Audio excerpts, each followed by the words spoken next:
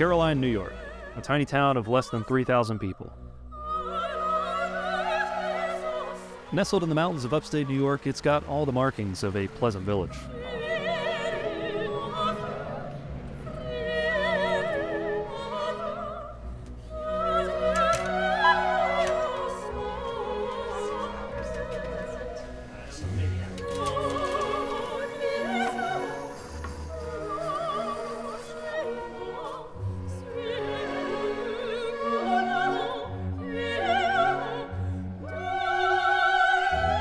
But this is a town at war with itself.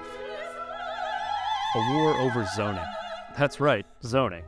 Neighbor against neighbor, friend against friend. What in the world am I getting myself into?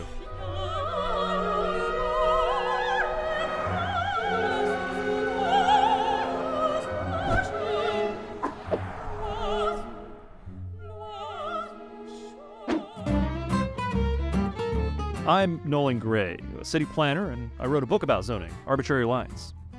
When the residents of Caroline first reached out to me to come talk about the proposed zoning they were facing, my first thought was, if I'm being honest, where the hell is Caroline? Caroline is a small town outside of Ithaca, New York, home of Cornell University. It's mainly rural, and it's got a lot of small streams and a small 2-lane highway. For some reason or another, we'll get into that in a minute, the local government is currently developing a zoning code. Zoning, to keep it simple, is a law by which you strictly designate what each parcel of land can or cannot be used for, and at what densities. Most towns in America have some form of zoning. Proponents see it as a way of keeping chemical factories away from homes, or liquor stores away from schools. But crack open your local zoning code, and you'll find that it goes a lot further than that. Zoning might tell you how large the lot needs to be, or how large of a lawn you have to have if you want to build a home. It might mandate huge parking lots or towering parking garages. Zoning often bans things like duplexes and corner groceries in entire neighborhoods. And it only gets more complex from there. The full zoning code of New York City, for example, runs over 1,000 pages long. So when the good people of Caroline reached out, I thought I'd add a stop on my busy book tour and see what I could do. To my surprise, I walked into a packed room. That doesn't always necessarily happen when you're giving lectures on zoning. So without further ado, I present to you Nolan Gray.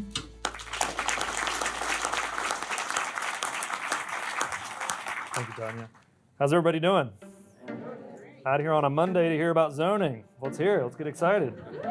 Woo!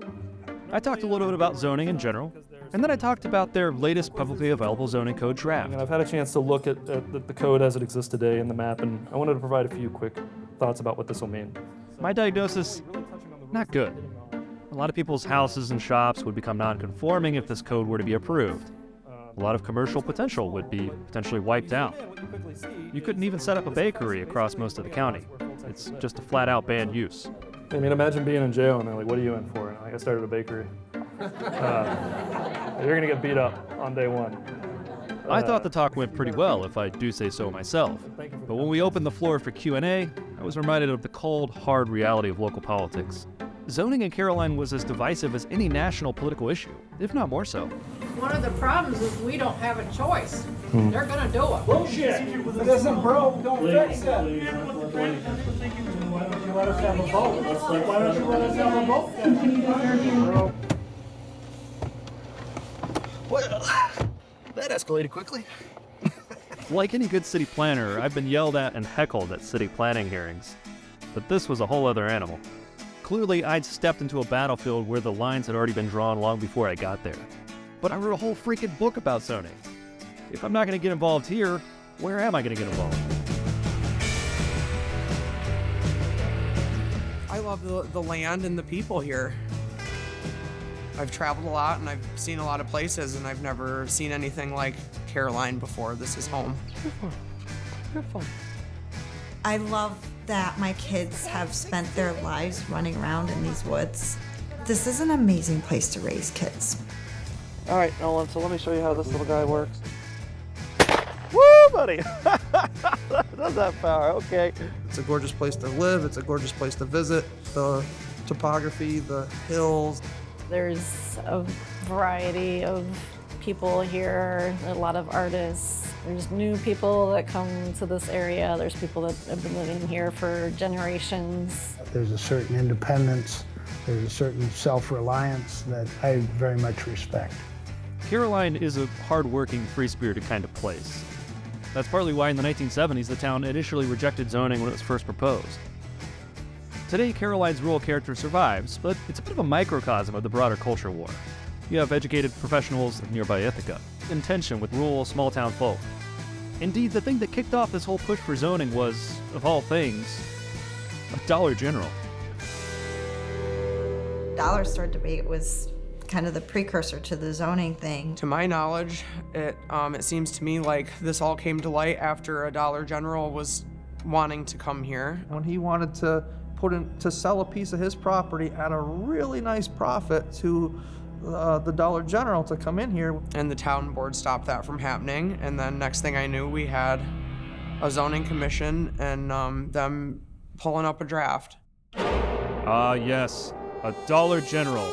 Nothing strikes fear into the heart of a well-heeled homeowner like the possibility of a Dollar General near their home.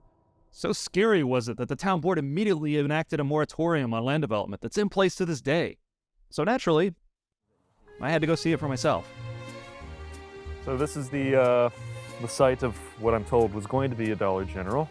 The owner said this is an unfarmable portion of the land.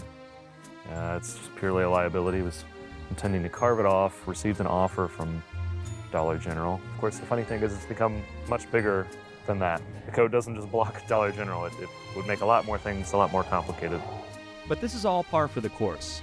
For all the mythos surrounding zoning as necessary to stop those smog-belching factories and noisy nightclubs, zoning has, from the very beginning, really been a tool of segregation.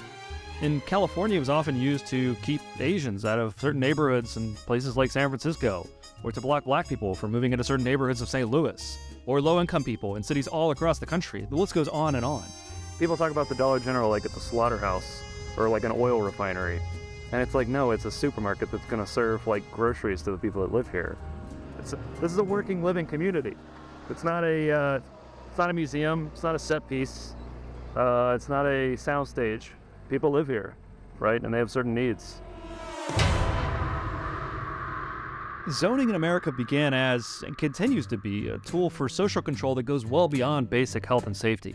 And the people of Caroline were starting to figure that out. It seeks to segregate the town along economic lines.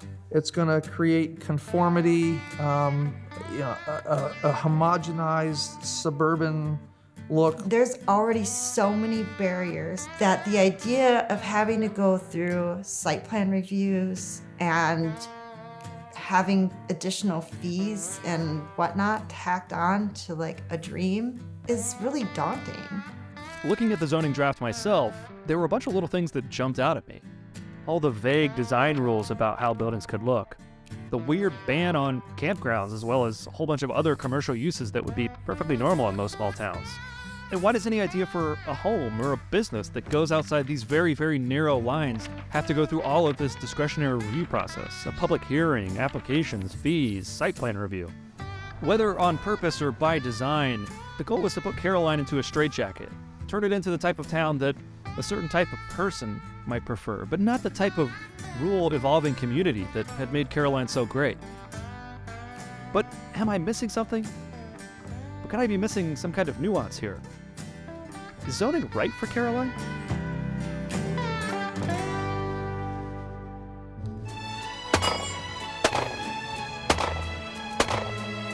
John Morse is an accomplished competitive marksman. So when he offered to go shooting, well, when in Rome. Woo! I used to shoot the skeet leagues and the trap leagues. It was a lot of fun. And now I mostly do bird control. How'd that feel? Oh, that was great. Abolish zoning. Yeah, you definitely can't do that in LA. But we're not here to shoot guns, though John Morse and his wife Lori certainly want to make some noise. Just on zoning. Yeah, good to see you. Thanks for having us. John and his wife Lori left their full-time jobs to run celebrations, a wedding and event venue in a really beautiful part of Caroline. I left my real job, in May of 2005. Right, and I left mine in April of 1999. But when COVID hit, they almost collapsed. COVID was, we were in the wrong place at the wrong time for that. An event business when you're not allowed to host any events was not a good recipe for success. That's also the time when the zoning efforts started here in Caroline, which in my mind was, a bad move by the town to take on such a enormous project when they literally couldn't allow people to come in and listen to their meetings and take part. And there's only like 66 or 67% of the town that has access to high-speed internet. And they're taking on, you know, the biggest change in Caroline history during this time. So that was, you know, my opinion, you know, not a very ethical move on the town. So the meetings were being hosted on Zoom, and Correct. what you're getting at is most folks just couldn't tune into that, right? Correct. Yeah. Correct. A lot of people didn't have the capability. Well, it's such a dramatic change, right? I mean, I'd say you'd really want to make sure you have a lot of folks involved in the process, right? In their eyes, I'm sure that they communicated just fine, but what I found when I started making phone calls is that nobody knew about it. And I think we created more awareness in a week than the town did in a year. It's all starting to make sense. The signs, the yelling, the fighting. A 150-page document that could control the form and use of an entire community is offensive enough on its own. But add to it a poor rollout and you're bound to make a few enemies. Why don't you show us around Celebrations? We can keep Let's go talking for a about walk. what's going on. Celebrations is a really beautiful place. It's the kind of rural character worth preserving, right?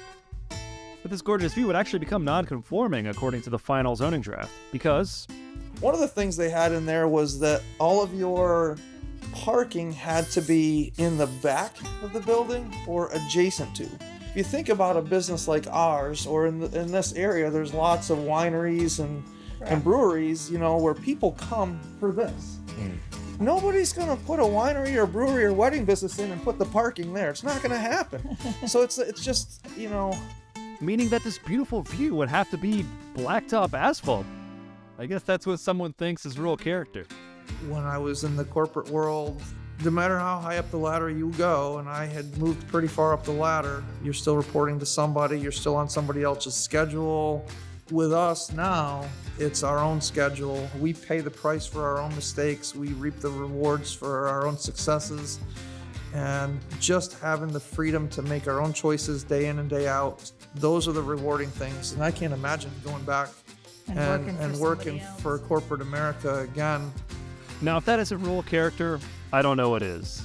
But before I start hearing wedding bells and start picking out suits from Men's Warehouse, it's time to meet people who've lived here for generations.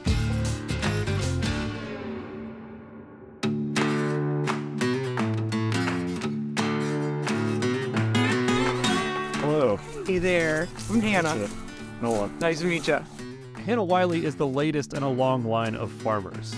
So the farm's been in the family for a while, huh? Yeah, my brother and I are the 7th generation. My dad's the 6th.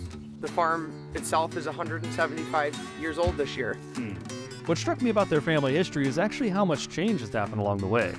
It was a dairy farm for a long time, and we were pushed out of the milking industry, so we've converted to a beef and crop farm.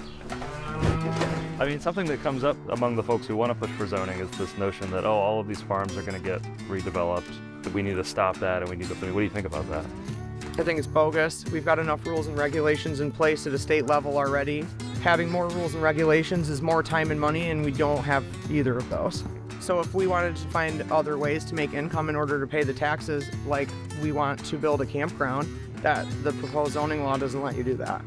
There's so many different situations that could arise like that you don't know what it's going to keep you from doing. Yeah, it seems to me that the farms have to transition uses so Right. much, right? Right. So often. Right.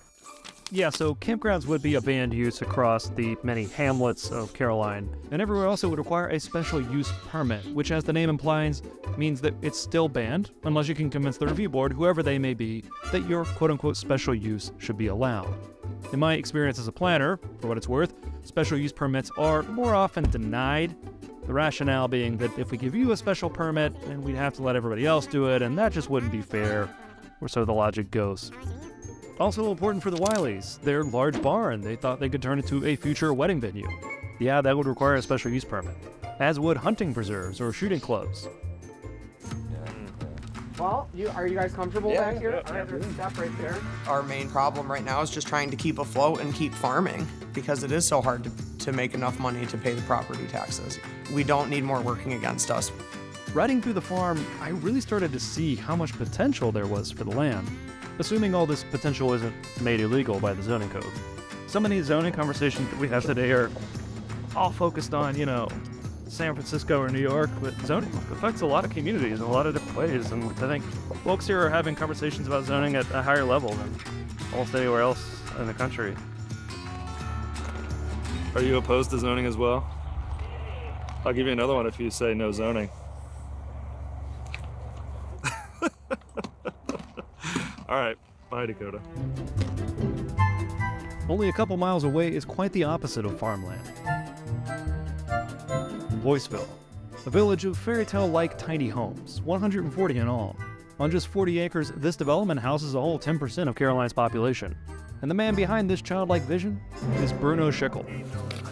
Nice to meet you in person. Yeah, welcome to Boysville. Thanks for having me. I got into the building business right out of high school. When I was 28 years old, I started my own company, Schickel Construction Company, and I've been doing it for 38, well, I guess we're in our 39th year now. It's a very creative experience. So this is it. Uh-huh. So this is... Yeah, it feels very cozy. This is, and it has a little cottagey, cabining feel. This is one bedroom over here? Bedroom okay. in here. I find, particularly designing a place like Boysville, I find it's like a giant piece of canvas. Nice views out. And then it's a very creative process. Not only are you designing the house, but you're designing the whole, all the interactions and the whole systems that are going, the workings of the place. You know, there are a few things that get city planners as excited as well-built affordable housing, and this one takes the cake. It's practical, it's dreamlike, it's livable, it's walkable, it's even kind of transit accessible. It's Boysville. It gives me an enormous amount of satisfaction to build a beautiful house that people really enjoy living in. Now, maybe tiny homes aren't exactly the first thing that comes to mind when you think of classic small-town character, but you might be surprised. Homes built before the advent of zoning and other building code rules tended to look a lot more like these homes. And they naturally grew as families built extensions or moved to larger homes as their incomes grew. It's all part of a natural process of change, growth, and development. A process that continues in places like Caroline. Originally, the settlers came and they farmed to the top of the hills, and then all these little tiny farms, and all those farms went out of business. Or most of them did, and they were consolidated. So there's a natural evolution that takes place. Right. The rural character is made up of all those people making those little adjustments. This is another page in the story of Caroline, right? It's an evolving story, and the community has to change over time. Precisely. Rural small-town character. It's a concept that's so often trotted out to block all change or to lock cities in amber. But here in Caroline, protecting that means letting things happen. But Caroline's free spirit isn't confined to grand ventures like Boysville and celebrations. It thrives in the hearts of individuals like Tanya Van Camp and Corinna Fardman, whose personal projects, aspirations, and dreams breathe life into this community. Both are single mothers who found refuge in Caroline. Refuge, specifically in some cases, from zoning. My parents offered to give me some property, and because I already knew that I wanted to build on the land, they were like, slow down. Danby has one of the most restrictive zoning laws in the area, so you better figure that out first before you ever try to continue with the process of the manufactured home. And when I went in front of the zoning board, they were like, well, it doesn't meet this and this and this restrictions. So there's 100-foot setback, which I could meet because most of the land was back from the road. There was 200 feet of road frontage, which I could only get 120 feet of road frontage. I was supposed to have 50 feet on either side of the house to the property border lines, which I would only get about 30 feet on either side. And that made it just impossible to do what you Yeah, wanted to so do. then they're like, well, this doesn't meet the zoning. You can apply for variances. So that was another form and another fee. Are you starting to sense a pattern? Somebody wants to do something a little bit differently. So of course, they have to face the all-knowing, ever-wise protectors of community character, the zoning board. Fortunately, Caroline was only a few miles away, and Corinna was able to find a home affordable for her and her son. But the threat of zoning still looms. One of my main goals in moving was to have the space to have a pottery studio. Do I even need to say anything? No surprise from the zoning code. Tanya's story is a little bit different. Yeah, this stream is the reason my entire property is in a water resource overlay. Wow. Caroline's zoning proposal includes a water resources overlay, which throws up major barriers to new development anywhere within a pretty wide buffer around streams or ponds. As the zoning draft itself states, there's already environmental regulation on the state and federal level. The added buffer and the heavy-handedness of the regulation is purely to add additional local control. And as Tanya feels, it seems pretty arbitrary. It's spring fed, so it runs all year. It's never much wider than that, except for when the snow melts. And then it does get a little more exciting, you know, maybe sail a little boat down it. But that's it. This basically means that, like much of Caroline, her home would be locked in a straitjacket. Any extensions, modifications, or additions to her home would be banned or subject to prohibitively difficult oversight, all because of this stream. Well, no, of course it's not really about the stream. It's not even about the environment. It's about this deeply unhealthy idea at the heart of zoning that really nothing should be allowed unless it receives explicit permission from a small and often unrepresentative slice of the community. It's a total inversion of how real people in real communities grow, develop, and solve problems. All right, calm down, Nolan. Back to planet Earth. A couple more days in Caroline and I might be screaming at the next town board meeting. I've got to clear my head. Maybe a stop at a gift shop will help. Hello. Hey, good morning. How are you? Good. Chilly. Well, good morning. Sweet Caroline is a local gift store. We have everybody from the farmer that makes cheese to we have pottery makers. We have ladies that crochet. The syrup is made by our town highway supervisor. Oh, okay. Wow. And yep, so that's his family's maple syrup business. You know, it's funny, when the holiday season is upon us, all these big cities decorate themselves to look like, well, like Caroline. A small town with salt-of-the-earth people and humble craftsmen, small businesses. Wow. Donkey milk soap. I don't think I've ever heard of that. Places like Sweet Caroline are exactly the type of local institutions that give communities their small-town charm. Wow. But amidst the homemade ornaments and decorative potholders, it occurs to me that this place, this small business, will be difficult to start if zoning were adopted. So much for preserving Caroline's community character. They're worried about changing the character of the town. We're worried about them changing the character of the town. Right. Yeah. Well, I mean, maybe the character of the town, too, is folks starting these small businesses and folks starting new things and trying out new ideas. And Yeah, absolutely. some of it doesn't work, some of it does, and the community grows, right? Yes, even here, we can't escape the scepter of zoning. It's severely torn this town apart. I mean, you've got people that have been neighbors forever that they're in screaming matches with each other. I mean, we've had complete irate town board meetings that people are they're extremely upset. Divided indeed. So long as there's zoning and neighbors can tell neighbors what their homes can look like, or where they can even build homes, or what types of businesses they can start, this town will be at war with itself. As I looked at the wall of Christmas ornaments, peace on earth and goodwill toward men sure seemed like a distant dream.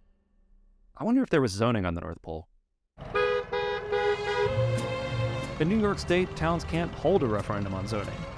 Instead, it's up to the town council entirely. They can vote without ever holding any kind of public vote on whether or not to adopt zoning. But the people of Caroline certainly wanted to be heard, so they organized a big rally outside the town hall when there was supposed to be a meeting that had been scheduled months in advance. The town council, however, mysteriously canceled the meeting at the absolute last minute. So folks, we're going to let Nolan just say a couple of words, maybe one or two others, short and brief. But again, I thank you for coming. How's everybody doing out here? How's everybody doing? When I got up to speak, I began to realize something. Here I was, working in a frankly kind of theoretical way on zoning, and I don't think I truly understood the ramifications on the ground. Zoning wasn't really about use districts or floor area ratios or densities. It was about the dreams of regular people, the businesses they wanted to start, the homes they wanted to build. As I looked around at the crowd, I saw a town that I knew wanted to keep Caroline's free spirit alive.